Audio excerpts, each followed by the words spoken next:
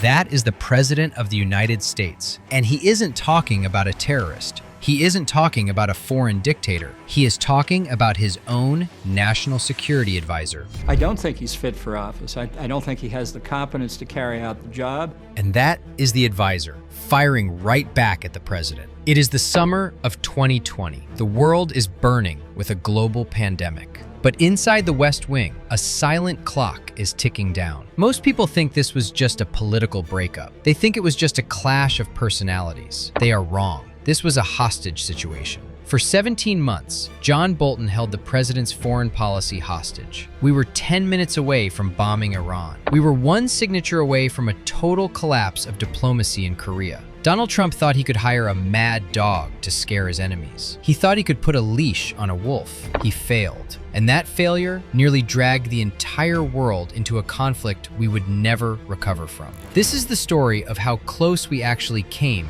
to the edge. To understand the danger, you have to understand the fuse, John Bolton. In Washington, they call him the mustache, but he is not a cartoon character. He is the most effective bureaucratic operator of the last 40 years. Bolton didn't rise through charisma or charm. He rose through sheer brute force. From the moment he entered the Reagan Justice Department, his ideology has remained frozen in stone. He views compromise as a sin. He is a neoconservative in the purest, most aggressive sense. He believes American power exists for one reason: to crush American enemies. He architected the Iraq War. He advocated for bombing Iran before it was popular. He pushed for preemptive strikes on North Korea. He has never met a war he didn't like. And that brings us to the paradox. Donald Trump ran on an America First platform. He ran on bringing the troops home. So why hire the world's most famous interventionist? Because Trump didn't want advice. He wanted leverage. It is early 2018. The Trump presidency is entering a high-stakes phase. North Korea and Iran are the targets. Trump needs to look tough. He needs to look unpredictable. He sees John Bolton on Fox News talking about bloody nose strikes. He is terrifying, and Trump loves it. According to insiders, Trump didn't see a warmonger. He saw a prop. He saw a weapon he could point at Kim Jong-un. He privately told his staff that he wanted a wolf who will kill only when I tell him to. It was supposed to be the ultimate good cop, bad cop routine. Bolton acts the bad cop. He threatens fire and fury, and then Trump swoops in, the good cop, the deal maker. He offers a handshake and says, "You better make a deal with me, or I'm going to have to let him off the leash." On paper, it was a brilliant strategy, but it had one fatal flaw. In the movies, the bad cop knows he is acting. John Bolton was not acting. He was a true believer. He didn't want to scare North Korea into a deal. He wanted to scare them into submission, or better yet, to end the negotiations entirely. Trump brought a demolition expert to a construction site, and he still got surprised when things started blowing up. The honeymoon period between Bolton and Trump lasted about 5 minutes.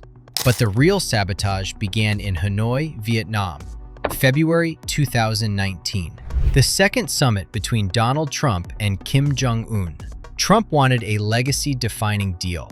He envisioned a grand ceremony where North Korea gave up its nukes. Bolton viewed this entire charade with disgust.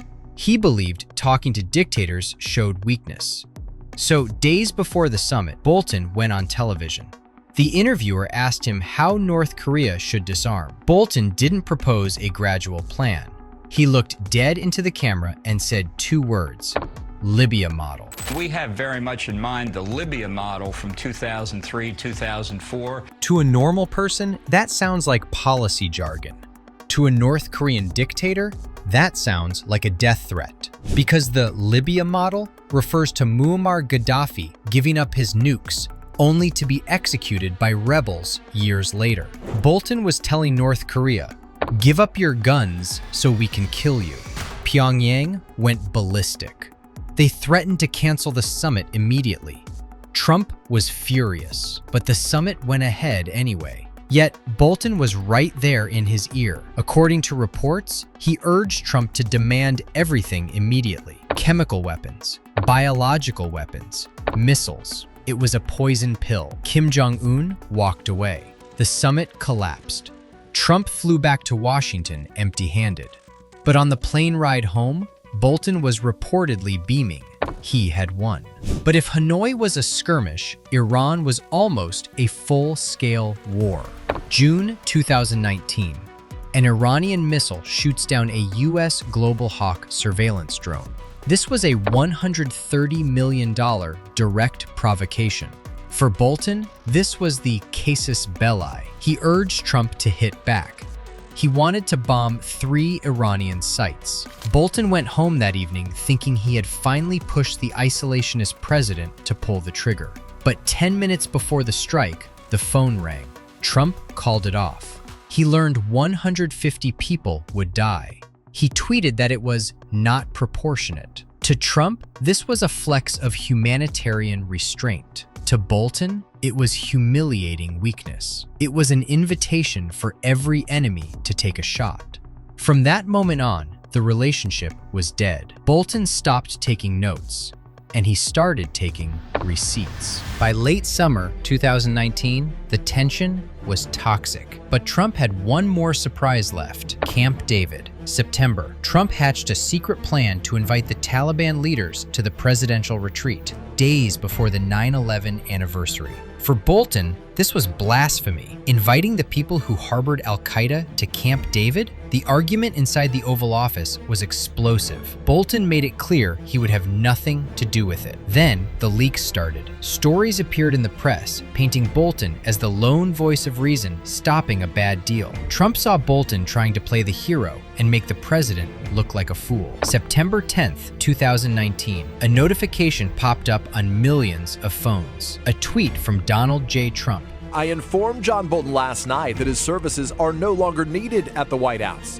I disagreed strongly with many of his suggestions, and therefore I asked John for his resignation, which was given to me this morning. It was brutal. It was public. But Bolton wasn't going to go quietly. Within minutes, he texted reporters claiming he resigned first. Even in the breakup, they couldn't agree on reality. In Washington, this is usually where the story ends. The disgraced advisor fades into history. But John Bolton had spent 17 months in the room where it happened, and he had written everything down.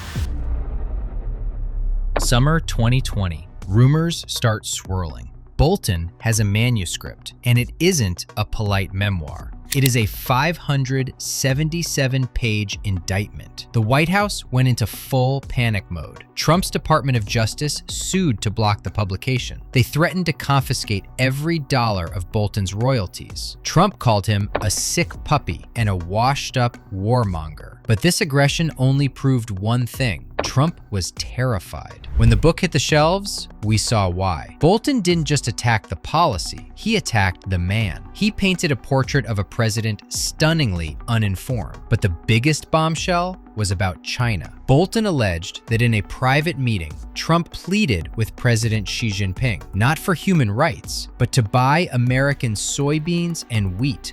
Mr. Trump wanted China to go even further, in 2019 pleading with Chinese President Xi Jinping to help him win farm states in the 2020 election with increased Chinese purchases of soybeans and wheat.